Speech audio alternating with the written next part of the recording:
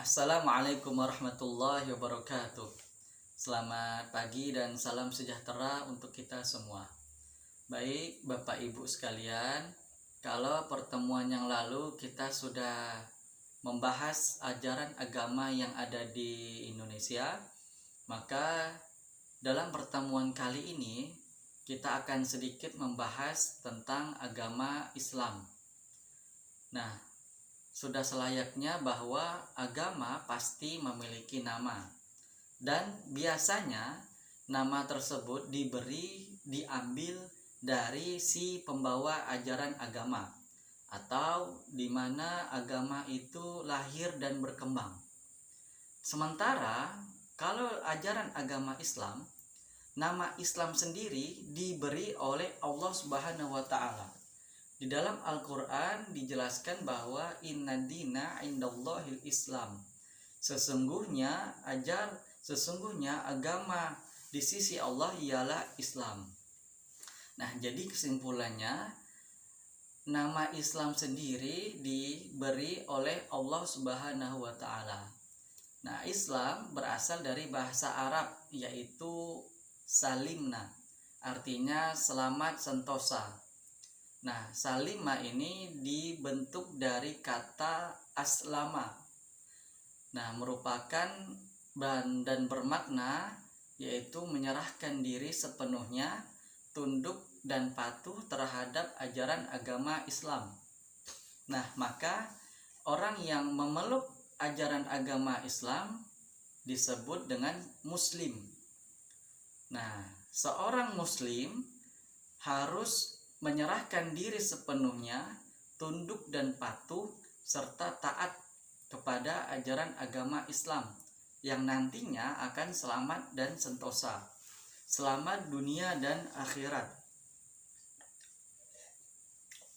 Baik, Bapak Ibu sekalian, dalam beberapa sumber dijelaskan bahwa ajaran agama Islam ialah agama yang berkembang secara estafet dari nabi ke nabi. Nah, dimulai dari Nabi Adam sampailah ke Nabi Muhammad sallallahu alaihi wasallam. Nah, Nabi Muhammad dalam ajaran agama Islam adalah nabi penutup yang diutus oleh Allah. Nah, Nabi Muhammad lahir pada 12 Rabiul Awal di tahun 571 Masehi. Wafat pada tahun 632 Masehi atau 11 Hijriah. Nah, baik Bapak Ibu sekalian, setiap agama pasti memiliki sumber ajaran. Nah, begitu pula dengan ajaran agama Islam. Di dalam ajaran agama Islam memiliki sumber ajaran, sumber hukum ataupun petunjuk. Nah, di dalam ajaran Islam ada dua sumber ajaran, yaitu Al-Quran dan Hadis. Nah, ada dua, Al-Quran dan Hadis. Ada juga biasanya menambahkan ijma' dan qiyas.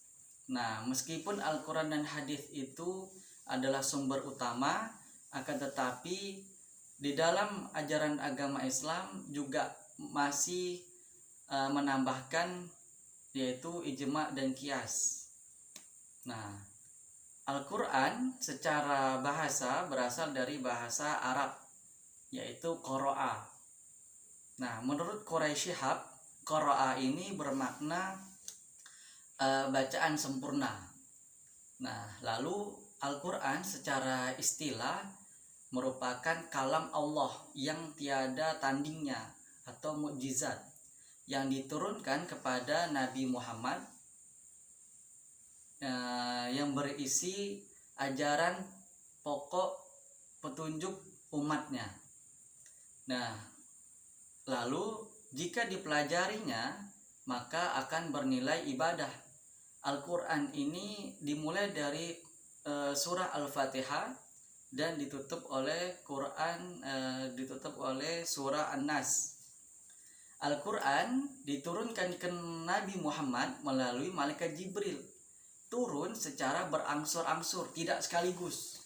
Nah, jadi Al-Quran ini turun selama 22 tahun, 2 bulan, 22 hari. Nah, baik Bapak Ibu sekalian, selain Al-Quran, sumber utama yaitu hadis. Hadis secara bahasa artinya berita atau sesuatu yang baru. Nah, secara istilah, hadis yaitu perkataan Nabi Muhammad ataupun sikap Nabi Muhammad. Nah, jadi hadis ini yaitu penambahan penjelasan terhadap isi Al-Quran. Contoh, di dalam Al-Quran dijelaskan wajib hukumnya bagi seorang muslim untuk sholat. Nah, tapi tidak dijelaskan berapa rakaatnya, tata caranya bagaimana. Nah, di hadis lah yang menjelaskan tata cara sholat, jumlah rakaat dan lain sebagainya. Nah, lalu yang ketiga, bukan sumber utama tapi sumber tambahan yaitu ijma dan qiyas. Ijma dan qiyas itu kesepakatan para ulama yang membahas masalah-masalah yang baru. Nah, seperti itu. Baik Bapak Ibu sekalian, kalau kita lihat dalam buku Jirhanuddin, Studi Agama-Agama, pokok ajaran agama Islam yaitu ada akidah, syariat, dan akhlak.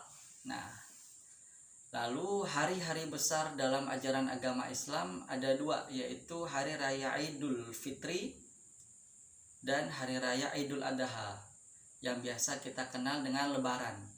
Nah, kalau dalam Islam ketika bertemu sesama muslim biasanya mengucapkan Assalamualaikum warahmatullahi wabarakatuh, atau ketika membuka pidato ataupun menutup pidato. Nah, jadi demikianlah materi singkat yang dapat kami sampaikan. Mudah-mudahan bermanfaat dan menambah wawasan khazanah bagi kita semua. Baik, sampai di sini cukup sekian. Assalamualaikum warahmatullahi wabarakatuh.